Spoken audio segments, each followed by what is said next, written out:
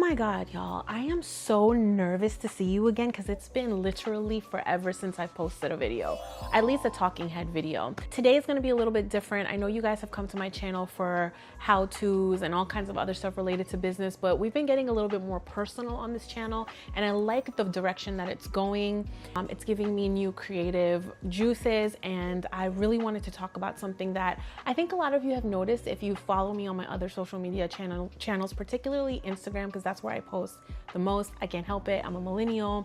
I have lost 20 pounds. It wasn't just for vanity metrics or vanity reasons. There was a whole backstory to it, and we're gonna get into it today. It was kind of like a secondary effect to something that I actually was doing, and I solved for a problem. So several months ago, the earlier part of this year, I went to the doctor and I got some very terrible news, at least for me. Terrible news that sent me into a frenzy. I don't want to sit here for like an hour and talk about all my struggles as a woman and this. Just know that I'm in my 40s, I'm a mom, I'm a woman of a certain age, and my body's been through some shit, okay? So let's get back to the situation with the doctor. So I went to the doctor at the head of the year, and when I got my labs back, the doctor was basically like, listen, girl, your triglycerides are high, your A1C is high, your C peptides are high, you've got a lot of things going on. Even my liver enzymes were high.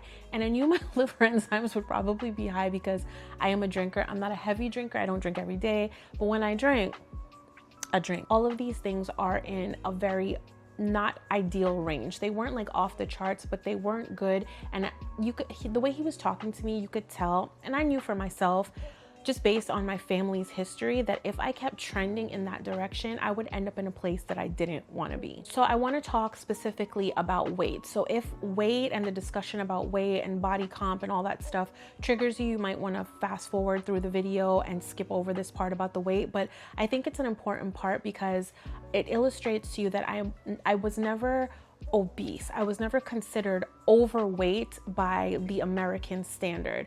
I'm 5'3", and at the time that these tests were taken, I was 156 pounds. And to be that frame and have high triglycerides, high A1C, high C peptides, it was in the range of pre-diabetes. And my doctor was just like, girl, like your A1C is like a 5 point something.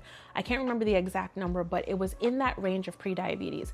Now, when you get a pre-diabetes diagnosis, your doctor should be performing more tests. Like he shouldn't just test you one day and give you that diagnosis based on that one batch of blood work. He should be testing you multiple times to get an average to see if you're consistently hitting those numbers. At the head of the year, this was my second round of blood work. And for this particular round of blood work, I asked that my fasted insulin be tested, and that also came back high. So as someone who has pretty much always eaten clean, I've always, had a pretty good diet. I mean, I was juicing, I was doing all the things, eating whole foods, clean.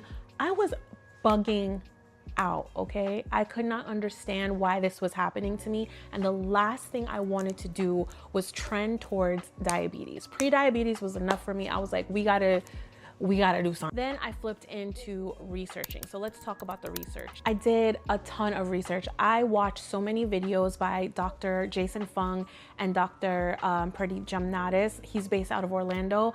And Dr. Fung is amazing, but Dr. Jamnadas actually records a lot of his lectures that he gives to other medical professionals. And as someone, you guys know I'm a lawyer, I really understand technical terms, and I really like research and data-driven sort of conclusions and things that are based on study and fact rather than like conjecture. And even though, this is my personal experience and I kind of experimented with myself, I really could appreciate when these doctors shared stories about their patients, also shared stories about different studies and things that they've seen in their practices. And I was like, listen, obviously what I'm doing is not working, so let me listen to these guys. And I would listen to them. There would be like 2-3 hour lectures. Sometimes I would listen to the whole thing, sometimes before bed, on the way to work, and I literally just immersed myself in everything that they were saying. Boiling down what Dr. Jamnadas and Dr. Fung basically said in all of their speeches was it was a direct correlation between the malfunctioning liver, high triglycerides, high A1C, high C peptides, high glucose, and your insulin and your sugar intake, and just like sugar in general, all forms of sugar. So I had been vegan, I have been whole food, plant-based, I have done the juice fast, I have done pretty much every kind of cleanse. I tried keto at one point, I did dirty keto, I did it completely wrong. And I was not just trying to shake weight, but I was also trying to get my body to like its optimal health. And what I started to understand is that everybody is different. We all know that, right? But for my physiology, all of the high carbs, the sugars in the juices, the whole food plant-based, the potatoes, the veganism, there's absolutely nothing wrong with that. And some people can thrive on that kind of diet. Some people do great on that type of diet. But for my body, all of the intake of the carbs and the sugars was literally wreaking havoc on my liver and wreaking havoc on my body. I am just genetically predisposed because I'm part genetically down the line South Asian, and there is a genetic predisposition to high blood pressure, diabetes. We have a very strong response to insulin and sugars in our diet. I had reached a point where I was insulin resistant, and it just was making things so much worse. I needed to heal that part of what was going on with my physiology before I did anything else. In my mind, I was like, all right, so if insulin is the problem, high insulin is an issue, and I didn't need anybody to really tell me this. I was like, you know what, Jillian, you're gonna test this out on yourself.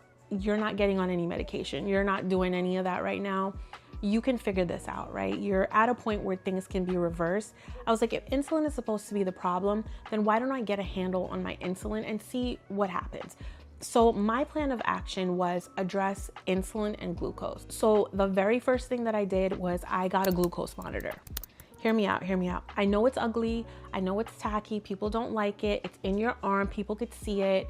It doesn't go with your outfit. Trust me, I get it. But I got that thing and I wore it religiously every single day. It was not covered by my insurance because I was not diagnosed as a diabetic, but I didn't care. I got them through Lingo. I'll link it down below where I got mine, but it was $80 and you got 2 of them. And you could get them on a subscription basis. Obviously, the more you buy, the lesser it is, but I would do 2 at a time. And they were 14 days each. And girl, I wore that thing religiously. You feel me? I had that thing in my arm. I didn't care. I would go out with it. People would walk up to me and be like, oh my God, are you type 1? I'd be like, mind your business, first of all. But I didn't have a problem sharing because I was like, you know what? If I'm going to commit to this, I'm going to commit to it. If I could hide it, I could hide it. If not, it was what it was. And literally, I monitored it. And for some people, it can become a little bit obsessive, but I feel like I needed to be obsessive. I needed to understand what was really happening with my body. So every single thing that I ate, I looked at what it was doing to my blood glucose. And if it was something that was spiking my blood glucose, I eliminated it from my diet, or I reduced it, or I combined it with other foods. And we could talk about that in maybe another video or another time. If you have a specific question, you could just ask me in the comments. But what that did was it gave me a very, very clear, data-driven understanding of what I was eating, what I was putting into my body, and what it was doing to my blood sugar, my glucose, and my insulin and C-peptide and all the other things, right? It's a trickle-down effect. And I realized at that point, like, I was falling for what a lot of people fall for, is other people's diets. So I'm never gonna sit here and tell you, eat this, eat that, eat this, eat that. You need to understand what your body is doing. So when somebody tells you, oh, buy my cookbook or sign up for my meal plan, which are things that I would do in the past, right? This whole food plant-based diet, oh, this vegan diet, or this whatever diet, standard macros, like eat for your macros or whatever it is. I would follow all of these different pre-planned diets, and it just never ever worked. I never felt good about anything. I never felt satisfied. I never felt energized, and my health was just getting worse. It's because I didn't understand what was going on with my own body. So getting that data from the glucose monitor was like the start of me really truly understanding the things that I was putting into my body, how it was affecting me, right? So for example, if I ate white rice with stir-fried vegetables, which could potentially include a sweet potato here, or even without it, because of the rice and the veg, it would make my sugar go up. I mean, it wouldn't go dangerously high, but it would definitely go high, and it would kick it out of that range. But if I ate the same white rice, but I ate it with like beef stew or something that was a little bit more fatty, I didn't have that same glucose reaction. And then I started to understand, like, okay, if I pair certain carbs with other certain types of proteins and fats, it doesn't spike my blood sugar and I can get away with eating it. Would that work for everybody else? I don't know. But I started to understand that, okay, well, rice itself isn't the culprit. It's what you're pairing with your rice. But at that time, I really wanted to limit my simple carb intake. Based on everything that I was seeing in the data on my glucose monitor, I started to reduce and eliminate things out of my diet. So for example, I reduced and almost eliminated white rice, even though, you know, I said the pairings didn't spike my glucose, but I wanted to kind of hit baseline. So I was like, in the beginning, and I did this for about 4 months. In the beginning, I was like, I'm gonna reduce the simple carbs as much as possible and get my blood sugars like stable. Some would even say like I was getting them a little too low, but I never let them fall like super low below that like 80 threshold that's on the glucose monitor. I always kept it in a healthy range, but I did not want it to spike. I didn't want it to have a huge spike and a huge crash. That was what I wanted to avoid. So I said, I'm going to eliminate all the simple carbs. So I was doing vegetables, protein, a lot of protein, and the vegetables were there because of the fiber. That was another thing that I didn't want to fall into. I didn't want to fall into, I'm only going to eat protein, like a carnivore style diet. Again, that works for some people, but I knew that I needed fiber. I need fiber in my diet. I need to have something else in there, especially for my gut health. I knew that enough about that to know that I shouldn't be cutting out any kind of green vegetables or anything like that, or cruciferous vegetables. I needed that for my gut, and I needed that for to poop, child. I need to poop because I am not happy when I'm not going to the bathroom on a regular basis. So in terms of like snacks and stuff, I ate nuts, I ate like chia seeds, I ate hemp seeds, I ate a lot of pistachio, I ate some cashew. And now don't get me wrong, there are some cashews that have a little bit of sugar on them. I used to do that when I, like at work, if I really wanted like a sweet treat or like a sweet snack, I would have a few of the like sweetened cashews just to kind of scratch that itch. And I did that quite often, and it still didn't spike my blood sugar. So I was like, okay, I can use that as like a little crutch if I really need to. And it worked out. So let's have a special carve out for protein. So I prioritize protein at every single meal during this time. So for breakfast, it was eggs, more eggs, and eggs. And when I was done with those eggs, I ate more eggs. In terms of like the quality of the eggs though, I always ate organic pasture raised eggs. They're a little expensive, but I found out that Sam's Club actually sells a carton of 18 for like $6 or $7. So I hit a lick, right? I got my little my Sam's Club membership, and I was getting all my eggs from there. And then something that was really fun too that I really enjoyed was beef bacon. I don't eat pork, so the beef bacon was kind of like, it gave it that little saltiness and the fattiness, and it still gave me kind of like, I don't know, made me feel like I was eating a nice hearty breakfast, like I wasn't missing anything.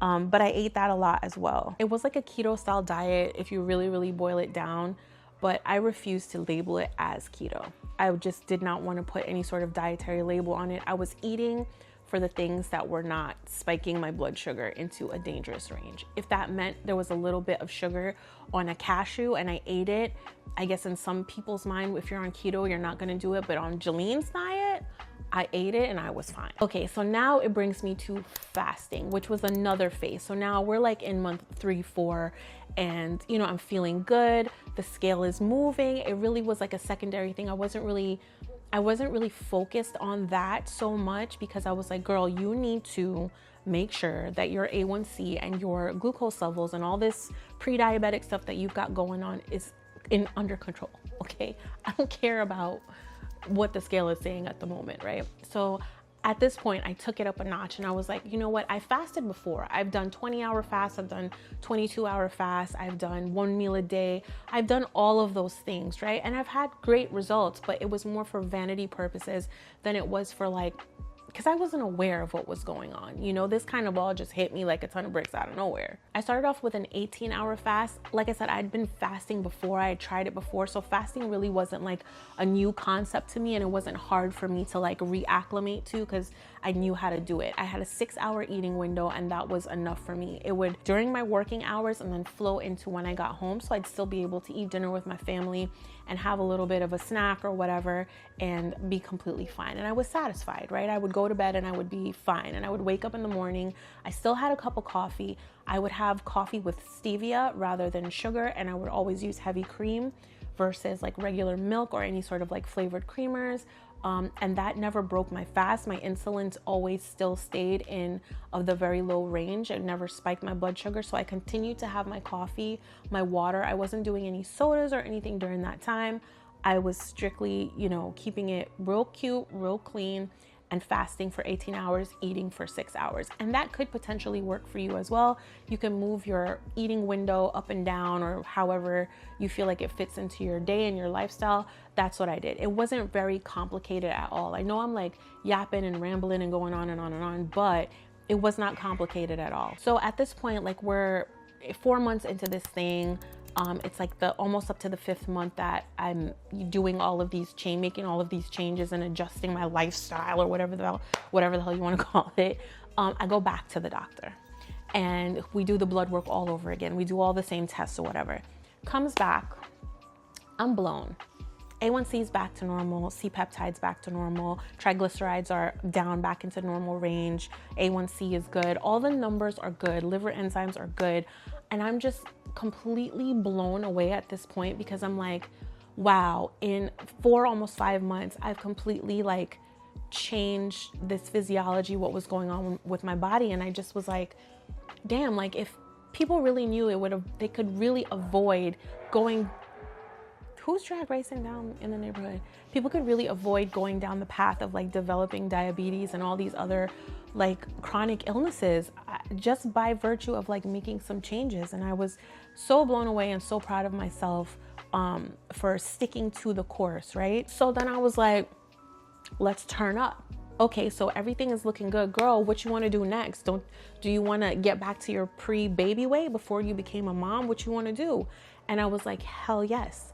I want to get back to old Jill. I want to feel like myself. I want to flip out of this like, oh, I'm in my 40s. I'm a mom. I'm a wife. I work full time. I have a stressful job. I wanted to eliminate all those excuses out of my vocabulary and just say like, Jill, you accomplished this in let's just call it 5 months for shits and giggles, right? You accomplished this in X amount of months. You can do whatever you set your mind to. So what's next, right? So I was like, you know what? I'm going to continue staying the course. I was already feeling good. All my numbers were good. My labs were good. And I was like, all right, I had lost a little bit of weight. I definitely did, but it wasn't anything that you could really like see. I saw it on the scale, but I really wasn't, I wasn't like super geeked about it. I was like, all right, that's secondary. As soon as I eat a carb, I'm going to gain all this weight back, right? I'm going to gain the 5 pounds that I lost. I kept gaining and losing the same 5 pounds for the last 10 years, right? It was a lot more than that, but I digress. And every time I decided that I wanted to lose weight, again, I would lose 5 to 7 pounds. And then as soon as I fell off 1 day, 2 days, I would gain water weight back. I didn't know what was going on. And of course, that was super discouraging. So I was just like, screw it. I'm not obese. I'm not overweight. I guess this is just where I'm at in my 40s. This is where I'm going to be, right? But I didn't want to accept that way of thinking because I'm like, Jill, you can do whatever you want to do. Like you could do whatever you want to do. And if you want to get back to the size you were before you had your kid, and my son is 10, so it's been a long 10 years, right? If you want to get back to that, then work at it. Let's see what you could do now. So staying the course with all of that, I still kept the glucose monitor on. I stayed the course with all of that. And then, actually, no, I'm lying. By this point, I had taken off the glucose monitor. I was like, I'm not gonna wear it anymore. I had a very good sense of what to eat and not to eat to spike my blood sugar. I had a very good idea because I did some experimenting, right? I'm like, if I eat ice cream, obviously it's gonna spike my blood sugar, right? But if I eat ice cream like right after I've had a steak dinner, it's not so bad. If I had like 2 scoops of whatever, or I had a bite of an ice cream bar or a small piece of chocolate after dinner, after like a good fatty meal of like a heavy protein and some vegetables, my stomach is full, right? I could have a little sweet something and it wouldn't go crazy. So I started like, you know, indulging in one or two of those little things. And I was like, all right, cool. I'm comfortable enough now where I'm confident that I know I have a good sense of what's going to send me in the wrong direction and what's not. Let's just omit the glucose monitor, right? Would it have hurt to keep using it? Probably not. But I just felt like it was time for me to let it go. Now, let's talk about workouts. So I wanted to add another layer to this very layered cake and this onion. And I was like, I'm gonna start incorporating a different kind of workout. I've always had done some physical activity, and in recent years, I'm like, I can't do the HIIT anymore. I can't do the CrossFit. I can't do the high intensity crazy stuff. Girl, my back, the way my back's set up, I got sciatica. I threw my back out doing squats and deadlifts one time in the gym. I was like, I can't be doing all of this crazy interval training and going buck ass like the young girls. I'm 42 years old, and I got to keep that in perspective, even though I'm trying to be youthful, right? So I made a couple rules for myself. I was like, I'm not doing high intensity interval training. I'm not doing crazy CrossFit. I'm not doing sprints. I'm not doing all this crazy stuff. I'm not trying to raise my cortisol. I'm trying to keep everything real calm, real cute, real collected. Because what I also started to understand that at this age, it's not good for you to put your body under so much stress every single day. So I started off with doing walks in the evening. I would walk, I would go hike, I would walk in the neighborhood. I would walk like miles, right? Not to just get steps. I wasn't counting steps because I feel like that also is something that I would become obsessive over. I was already making all of these changes. I just knew that if I went out and I walked for like 30 minutes or 45 minutes to the point where I felt good, I would be okay. And then once I got myself into a routine of being active like that every single day, I was like, I'm gonna go back to lifting weights. But not lifting weights in the way of like CrossFit, where I'm, you know, trying to just burn out as many reps as I can as possible in one particular time period. I was like, I'm gonna do 10 to 12 reps, 3 sets or 4 sets, whatever it may be, and work like my main muscle groups, right? Because that's really what I want to do. Is I want to have a nice toned body, and just be healthy. So again, nothing crazy, nothing that's gonna be too hard on my body. I was just doing light walking, I was doing some cardio, I was doing weight training, and then eventually I started doing Pilates, right? Pilates was fun, Pilates is real cute, but Pilates is expensive. And I got really bored of it. I got really bored of it very quickly. So I just went back to what I was comfortable with, which was the regular gym and regular weight training. And like during this time, I was looking at the scale, but I wasn't really looking. I was looking, but I wasn't really looking. I was just like, I feel really good, right? And my clothes fit. Like I said, weight was never really a huge problem for me. I was never really overweight to begin with. At any point in my life, I don't know, I just got into like, I don't want to say like, frumpy is not a nice thing to say about yourself, and I've never really been frumpy, but you know what I'm trying to say. It was just like a weird feeling of like, this is not really like my skin. It's me, but this is really not me in a way. I don't feel like myself. But at this particular point, I was feeling really good. All my labs were coming back. And then when I did get on the scale, and I was getting on it every day after a while of being consistent, I was like, you know what?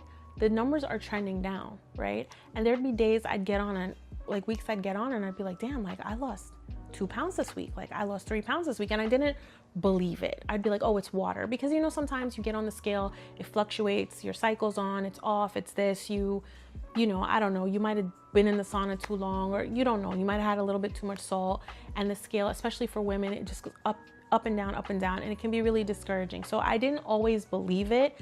But when I saw that it was trending down, I was like, okay, this is cute. I like it. Picasso, give me 14 of them. At this particular point, it's like 7-8 months into this whole journey. So we're into the summertime, right? And I think that's when people really started to notice like a change. Right around my birthday's in June. Right around my birthday, I think people started to notice and say things to me like, Like, are you losing weight? Like, your body looks tea, like, da da da da. Like, and I was like, yeah, you know, I lost a little bit of weight. I wasn't saying numbers because I was like, don't be that person. But I was like, yeah, you know, I'm on a little journey, da da da da da. Obviously, my friends and people knew that I was wearing the glucose monitor. They had questions, I would share it with them. But at the 9-month mark, all my labs were perfect. Like, everything came back really good. I was in such a good place with my labs. My doctor was happy. He was basically like, what are you doing? And I told him, and he was just like, that is amazing. And I was like, yeah, because I was really, really scared. I didn't want to just relinquish myself to the diagnosis and just be like, all right, well, it is what it is, and I'll just get on a pill and I'll just figure it out from there. But in addition to my labs being good, I lost 20 pounds. So I went from 156 pounds, a little bit over 20 pounds, 156 pounds to 100. How much do I weigh? 135 pounds. Do the math, girl, do the math. I literally could not be happy. Like, my triglycerides were the lowest they have ever been in 10 years, in a decade of doing all of the things. I couldn't believe it, just from the things I was eating and the things that I was doing and the things I was not eating. And if you know me, you know that I drink, right? So I was still drinking on the weekends, like not every weekend, but when I do go out with my friends, I take a couple shots. I'll have a cocktail. I always kept it real clean, like tequila, club soda, something real like clean, low carb, very little sugar, if no sugar at all. Listen, I'm human. I'm a retired party girl, and sometimes I just be activating. But I say all that to say that even when there were times that there were like little slip ups on the weekend, it did not hinder my progress in a material way. I still kept on trending down in weight, and I still kept trending normal in my lab work. So I know that this video might seem like a lot of information, especially if you just got a prediabetes diagnosis, or especially if like you're pre-diabetic and you're a little overweight, or maybe you're like skinny fat where you're not necessarily overweight, but your labs are not good, and maybe you could stand to lose a couple pounds. Oh, caveat, I stopped snoring because I was snoring all the time. I will call my husband in here and he will tell you that I used to snore this house down, okay? Snore it down. I stopped snoring. And that was like because it wasn't cute. It wasn't cute. Like, how are you in your nice, cute pajamas and you're all cuddled up with your man and you're just snoring the house down, keeping everybody awake? Yeah. So that was another good outcome of this whole journey. So anyway, back to what I was saying. I know it seems like a lot, especially if you just got a pre-diabetes diagnosis or you're trending in that direction, your doctor's like really looking at your labs. And I know it's overwhelming and you might feel a little bit scared and you might feel a little bit like you don't know what the solution is. Babe, just take it step by step. Press pause and just take it one step at a time. And I would definitely start with having a very close look at what you're eating. Again, I'm not gonna tell you what diet to eat or what's good for your body. That's not my lane. What I'm telling you is I adjusted what I ate for my body, and that really, really helped me along this journey. And I think the critical step in all of that was when I got the glucose monitor, because the glucose monitor told me exactly what was happening to me when I ate something, and what I eat may not work for you, and vice versa. I think that was a very critical thing that I did that helped me down this path of reversing prediabetes and ultimately losing the weight. Because once, you know, my liver and sugar and all of that came down, my insulin came down, my body was able to utilize its own fat for energy. My liver was able to release all of the glucose and everything that it was holding on to and keeping me sluggish and fat and like whatever, feeling terrible. My body was able to release the fat that it was holding on to, whether it was in my liver, in my arteries, whatever it was, and that reflected in my blood work. So anyway, I say all that to say, if you can get your hands on a glucose monitor, even if your insurance doesn't pay for it, again, I'm not affiliated with these companies at all, but I'll link some of them down below. Invest in it, even if you can do it for 2 months or 3 months or even 1 month, and study the numbers and see exactly what you're doing to your blood sugar when you're eating and try to adjust accordingly. The one thing I will say is if you make it too hard for yourself, you're not gonna do it. You're not gonna do it, boo. If you make it too difficult, too complicated for yourself, you're just not gonna do it. I'm like that, where if it's too many steps, it's too much going on, I ain't gonna do it. But if it's just something that's second nature, I'm already incorporating into my routine, then fine, I can do it. And I know it sounds like a lot again, but if you take it one step at a time, it won't feel so overwhelming. And just remember, like, even if it takes you, like it took me, what, 9-10 months, let's just call it a year, right, to get to where I wanted to be with weight and health and mental clarity and all of the things. But I didn't care. I was just like, listen, if I'm gonna trend down, I'm gonna live my life and still be happy and not be overwhelmed by this whole thing, and I'm still trending in the direction that I want to go to, then I consider that a success. Better than being stuck, and it's 100 times better than being freaking pre-diabetic. So this is the big secret, y'all. This is exactly how I lost 20 pounds and reversed my pre-diabetes. Now that I'm at this juncture, I don't ever want to see myself in that danger zone ever again. I don't ever want my doctor to ever call me with lab results or a report, or I pull up Quest and I'm seeing all that. I don't ever want to be there again. It was a scary thought. So I'm going to continue to stay on course. I mean, I don't feel like I want to lose any more weight, but I feel like there's also other improvements that I can make in other areas of my health. If you know, you know. If you follow me on Instagram, you know exactly what I'm talking about. So there's other changes that I really want to make in terms of improving my lifestyle. And I'm just going to continue to try my very best every single day. If you thought this video was informative, y'all, please show me some love by giving it a thumbs up or giving it whatever. I don't even know what YouTube is doing these days with all the little thing. I'm so out the loop, I can't even tell you.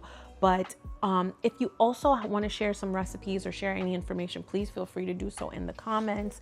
And let me know if you want to see anything else related to this. I'm happy to put out more videos. It's good to be back, y'all. I'll see you on the next one.